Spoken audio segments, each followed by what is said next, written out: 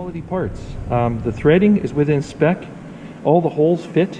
It's made out of high quality billet aluminum. It's obviously been CNC machined.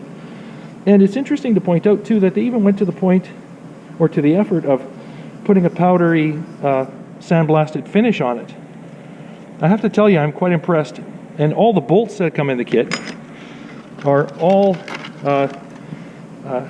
really good grade bolts, you know, and they're like, considering what they're holding in place, these bolts are way more than enough to keep you safe as you ride down the road. So all in all, I'm pretty impressed.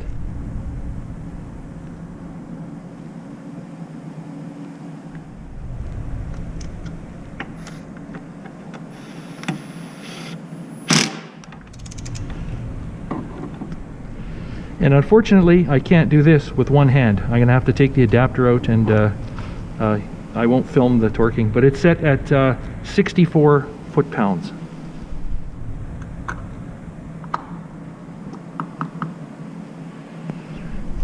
And that's all there is.